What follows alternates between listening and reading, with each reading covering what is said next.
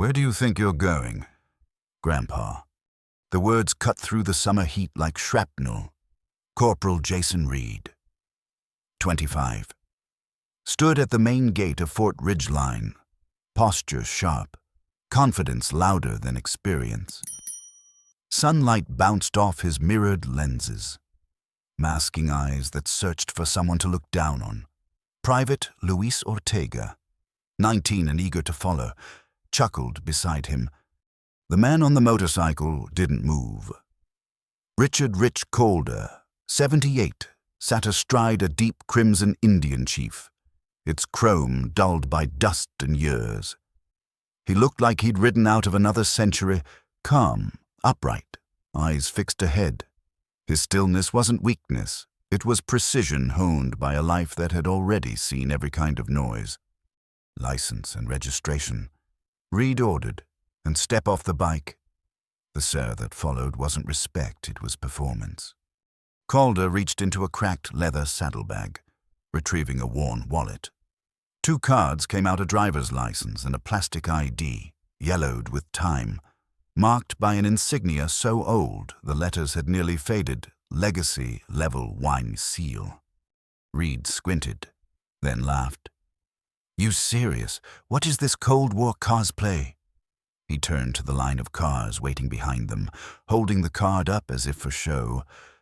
Ortega smirked. A few horns honked impatiently.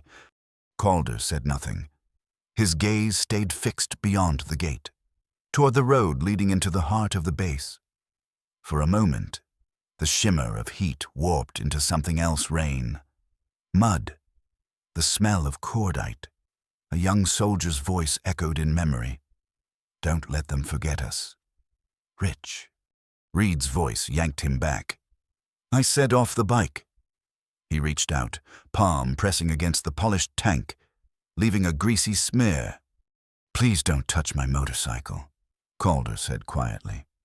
The tone wasn't pleading, it was command, the kind that came from somewhere older, heavier, for the first time. Ortega hesitated. Reed didn't. He shoved the handlebars, making the heavy frame rock on its stand. The metallic groan turned every head in the line. Phones lifted. Someone started recording. Calder didn't blink. The air thickened between them. Beneath his jacket, a leather pouch rested against his hip, its faded emblem just visible, Phantom Recon detachment. Reed never noticed. He only saw an old man in his way, but the moment his hand gripped that bike again. The quiet around Fort Ridgeline began to shift, and somewhere inside the base, the first domino had just started to fall. "Where are you watching from? Soldier, drop your city or country in the comments. Let us know how far this story reached. And if this moment hit you deep, hit subscribe and stand with us. Because here on Stories That Salute, every story honors the ones who never asked to be remembered but deserve never to be forgotten." The crowd at the gate had grown restless. Engines idled, phones recorded, and the heat pressed down like punishment. Corporal Reed barked into his radio, demanding backup that wasn't needed, his voice louder than his authority. Beside him, Private Ortega looked uneasy now, realizing maybe this wasn't a game anymore. Still seated on his motorcycle, Richard Calder didn't move. The old man's calm was unnerving his stillness, a quiet defiance that made Reed's every shout feel smaller. Calder's eyes, pale and steady, stayed fixed on the flag above the gate, rippling against the wind. In the third car back, Captain Elena Park watched everything unfold. She wasn't in uniform, just jeans and a gray t-shirt. On her way to the commissary, but she knew a violation of respect when she saw one. Her grandfather had worn that same quiet composure Calder carried now. It was the posture of men who'd earned their dignity the hard way. Reed shoved the handlebars again. "You're causing a disturbance, old man," he snapped, trying to regain control as murmurs spread. Calder didn't reply. He simply looked at him once, long enough to make Reed's hand drop back to his side. Captain Park's jaw tightened. She reached for her phone. Not the MP's. Not the command desk. That would take too long. Instead, she scrolled to one name she hadn't dialed in years. Command Sergeant Major Marcus Hale. He picked up on the second ring. Sergeant Major Hale. Sir, this is Captain Park. I'm at the main gate. 2 MPs are harassing an elderly veteran, mocking him, accusing him of carrying fake credentials. It's escalating. And there's a crowd forming. What's the man's name? Hale's voice was calm, but clipped. I heard them say it. Richard Calder. Silence. 3 long seconds.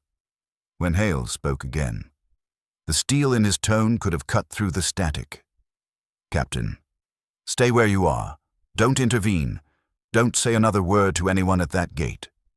Do you understand? Yes, sir. But no but. Just keep your eyes on him. Is he all right? He's fine. Calm. Actually, he will be. I'm calling this in. Hale hung up before she could respond. He was already on his feet, barking orders into 2 phones at once. Get me General Langley. Now. Priority override. This is not a drill. The soldier on the other end stammered. Sir, what's the nature of Hale's voice dropped an octave? It's a code black. 5 minutes, stretched like an hour. The murmurs grew. The heat thickened, then the first siren rolled in from deep inside the base. The shift was invisible but absolute. Something enormous had begun to move. Back at the gate, Reed still thought he was in control. He didn't know that within minutes, the most powerful man on Fort Ridgeline would be on his way, and that this wasn't just about an old man on a motorcycle. It was about the legend the base had already forgotten. Gate control. This is command. Hold your position. Reinforcements inbound. The voice came through the radio, flat and tight. Corporal Reed straightened. Not because he understood, but because the tone carried weight. The kind of weight that makes soldiers instinctively stand taller. Around him, the air itself seemed to thicken. Engines idled quieter. Even the bystanders stopped filming. Something unseen had shifted. 5 minutes earlier, the only sound had been the heat buzzing over the concrete. Now, from deep inside Fort Ridgeline, a low tremor began to build like distant thunder crawling closer. The first siren echoed off the hangars beyond the perimeter. Then came the sound. A low, rising hum like thunder crawling over the horizon. 3 black Chevrolet Suburbans burst from the base road beyond the gate, their tires screaming against the concrete. Behind them, 2 MR-151 HMMWVs followed, armored glass flashing in the sunlight, and 1 MRAP took up the rear like a closing fist. Blue lights strobed silently across chrome. Reed froze. He'd never seen a convoy move like that outside of a state visit or a funeral. Holy hell, Ortega whispered. The vehicles screeched to a stop in perfect tactical formation. Doors swung open in unison.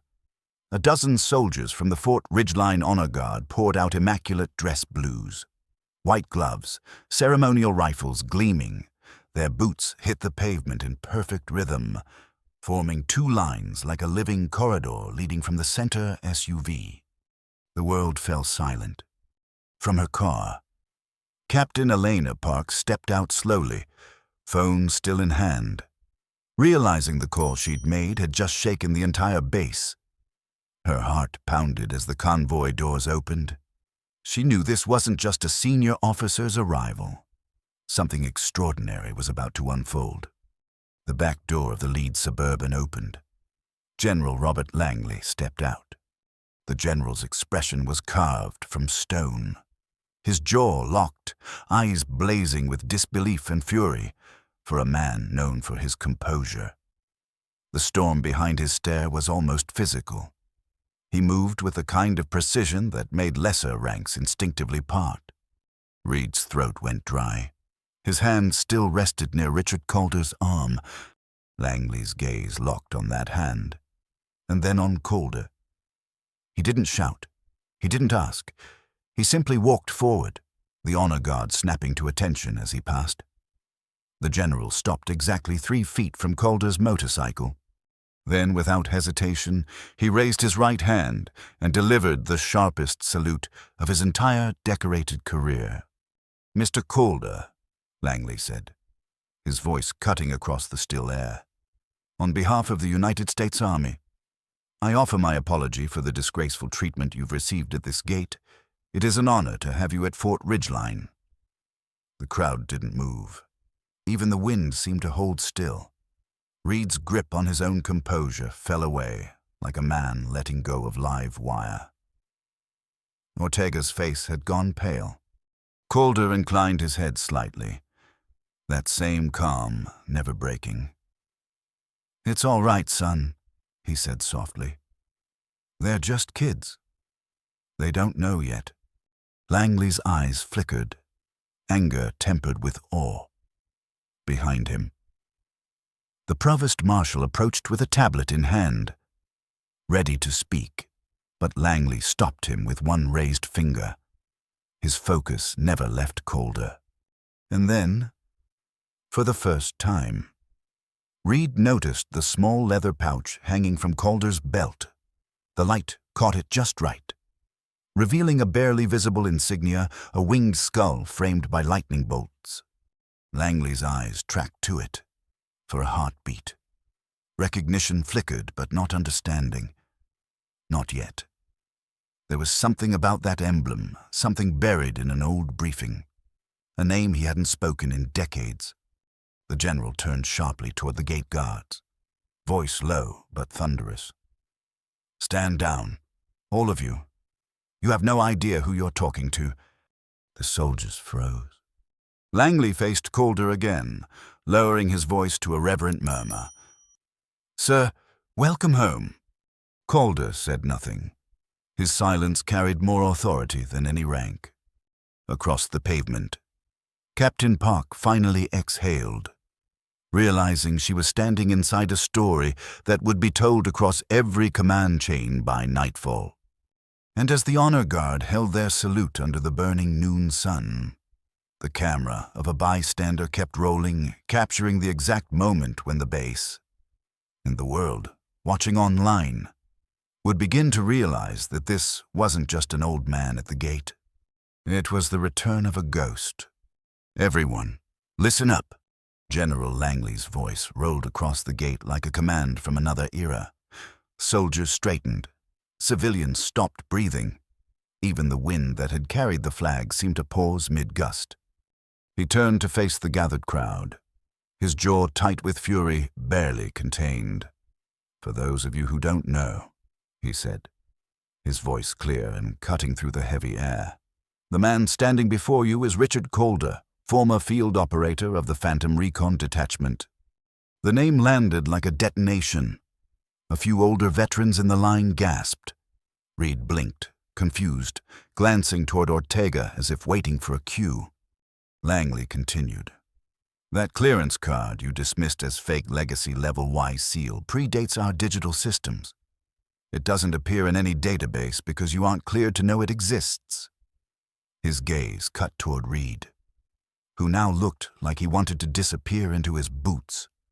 Calder stood quietly beside his bike, eyes down, almost embarrassed by the attention. "This man," Langley said, his tone deepening, "served in operations that stopped 3 separate escalations during the Cold War missions still classified. He went in alone. He came out alone. Every one of us standing here owes our peace to people like him." He paused, his tone shifting from command to reverence. He was a field commander under the Phantom Recon detachment. His rank and mission records were erased when the unit was disbanded. Officially, he doesn't exist, but without men like him, neither would we. Murmurs spread through the watching crowd. Reed's face had gone pale. Ortega's eyes were wet. Phones kept recording, but for once, no one spoke. Langley took a step closer to the young soldiers. You saw an old man and thought you saw weakness. You mocked a giant because you couldn't see the shadow he stands in. Reed's lips trembled. Sir, I didn't know. No, Langley said, his tone a blade. You didn't care to know. Then, with a breath. The general turned toward the provost marshal. Take them both into custody. I want full charges: dereliction, conduct unbecoming, failure to respect everything that applies. 2 MPs stepped forward. Reed's hands shook. Ortega was already crying. But before they could move, Calder raised a single hand. General. Every head turned. Even Langley stopped mid-order. Calder's voice was calm. Gravel wrapped in grace. Don't ruin their lives. They're young. They made a mistake. Teach them, don't destroy them. Langley looked at him, disbelief softening into reverence.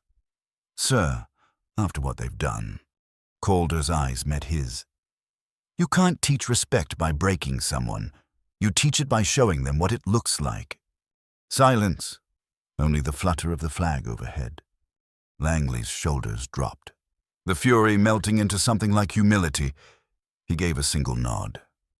Understood. Then, almost by instinct, his gaze fell to the leather pouch on Calder's belt, the same insignia from 1,000 untold missions. His voice broke slightly as he asked, Is that Captain Aldridge's? Calder rested his hand over it. It is, for a moment.